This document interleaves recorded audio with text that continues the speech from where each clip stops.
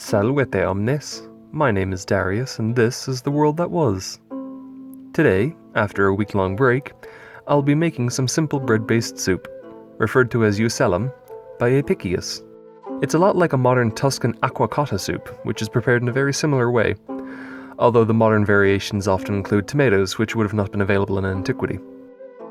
In any case, let's now take a look at the world that was. To begin with, we need to chop and dice an onion. You don't need to worry about being too careful with this here, as it'll soften up considerably while it's cooking away.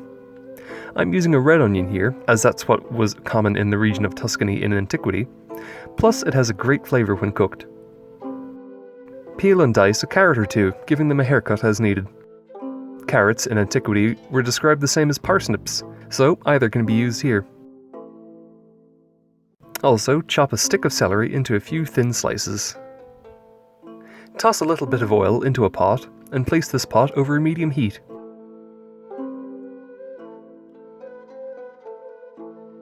When it's shimmering, go toss in your onions, your carrots, and a few cloves of crushed garlic.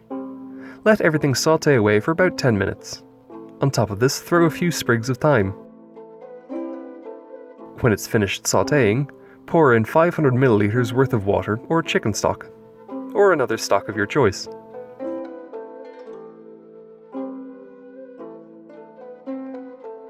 Also add in about 2 slices worth of ripped up bread. You can use fresh or stale bread, but it's up to you.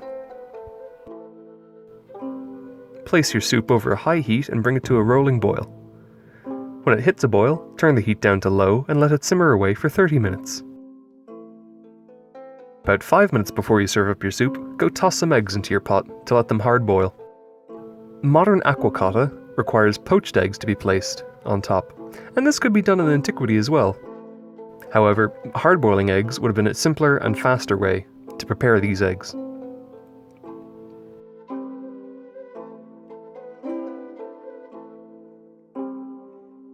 Place a slice of bread into a serving bowl and ladle over some of your soup. Place an egg that you've taken the shell off of on top of this. Garnish with a little herb of your choice and serve up warm. The finished soup is very filling and flavorful. It's quick and simple to make, which would have been very popular among the lower, poorer classes of Roman and Etruscan societies, as this dish can be made with ingredients that are kind of going off, such as stale or even mouldy bread. It can be adjusted by using seasonal vegetables and herbs, along with different kinds of eggs which would have provided different taste profiles, such as wildfowl or even pigeon eggs. Although this recipe was initially recorded in Latin, the original recipe appears to have been adopted by the Romans from Etruscan society, much like other recipes from the early Roman period. In any case, I hope you all enjoyed this very quick look at the world that was. I'm still not 100%, but I'm much better than I was last week, and I'd like to thank everyone who supported me.